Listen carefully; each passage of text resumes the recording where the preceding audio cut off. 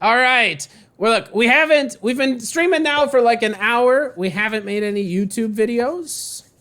Let's get serious against Jam Shah 123, okay? And if you want to make a YouTube video in a business like this, there's only one gambit that you want to play, and that's the Elephant Gambit. D4, most common move that I see. Knight to C6, challenging this very active knight. Usually, I see knight to C3. Maybe opponents are hoping that they're going to sneak bishop B5 past me, but I've been here 1,000,000 times. Enough times to know that this is the most popular line, and also a big inaccuracy by the opponent. In this move, loses by force. So here we go, yet another win for the 1,000,000th time with this same dubious opening. So here you go like this. And it's not even that obvious at this point why I'm so super winning. Material is still equal, but I'm gonna get an insanely better endgame. This is a mistake because the opponent needs to try to castle queenside.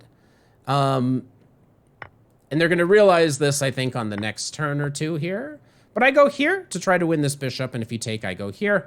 And then there's just simply going to be too much pressure on the E3 pawn, and the white position is going to collapse, as it always does. And I've actually seen this A3 mistake. Like, the position's already losing, but A3 just simply doesn't help. So there you go. As long as people keep falling for the same traps, I'm just gonna keep posting the same video over and over. But if you're new here, here's how you can win a lot of games. And this actually is the most common trap that you're going to face if you run into the Elephant Gambit. So pay attention if you want to win a lot of games, okay? This is it, Elephant Gambit. You play E5 and D5. And whatever they take with, your job is very easy. I don't have a YouTube voice. Okay, Jonathan, just stay concentrated and don't look at the chat. There's no YouTube voice. Knight takes E5. It doesn't matter which order they do it. You're gonna play Knight F6 and then take this pawn. Now from here, I think when you're lower rated on the scale, don't look. People are going to be playing Knight F3. D4 is what I faced most commonly. Queen to E2 is also a very interesting move. But D4, I see this one over and over again. And I like Knight to C6 because it sets up a variety of different traps. The first and most common trap is that people play Bishop to C4, which is actually losing after queen takes G2. That's not exactly true. Opponents can bail out with queen to F3, but 75% of the time, people are gonna go in for this line, which is losing, and we've made a million videos on this one as well. But if they do take, you take back. Knight to C3, most common move, developing a piece, making the threat of bishop to B5. So you play this counter move, bishop to B4, and here's where 71% of people will go wrong. It's not so easy to see these other moves. Queen E2, Queen F3, Queen D3. These are all kind of hard moves to play because the most logical way of trying to defend this knight would be with bishop to D2 in general, and then you hope to either move this out and castle kingside or move this out and castle queenside, but there's simply not going to be enough time for that. Castling gives you an advantage here with white. Bishop to E2 is the most common mistake. Queen to F3 is also a very common mistake that we've made videos on. But after this, we take on G2, attacking this rook.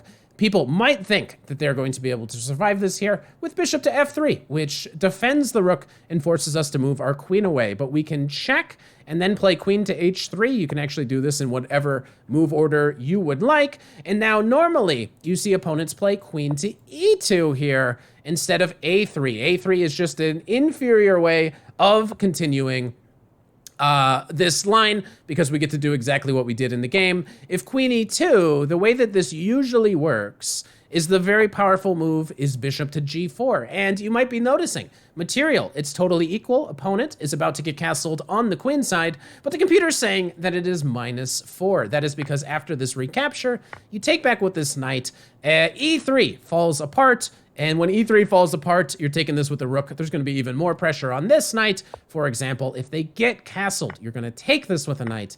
Then you're going to take this with a rook. And you're going to be losing this. And here, yet again, we're not even done yet.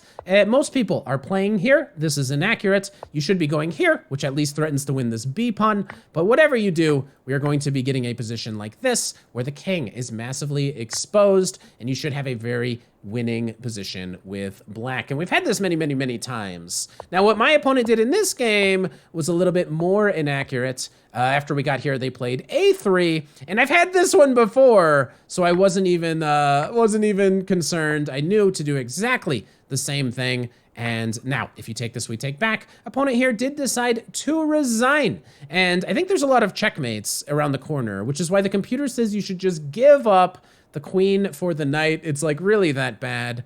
Queen d2 seems to be the most popular move in the database, but we are going to be smashing here. And then queen f3. Yeah, I knew there was something really cool here. So this completely wins. Queen f3 is so brutal, though.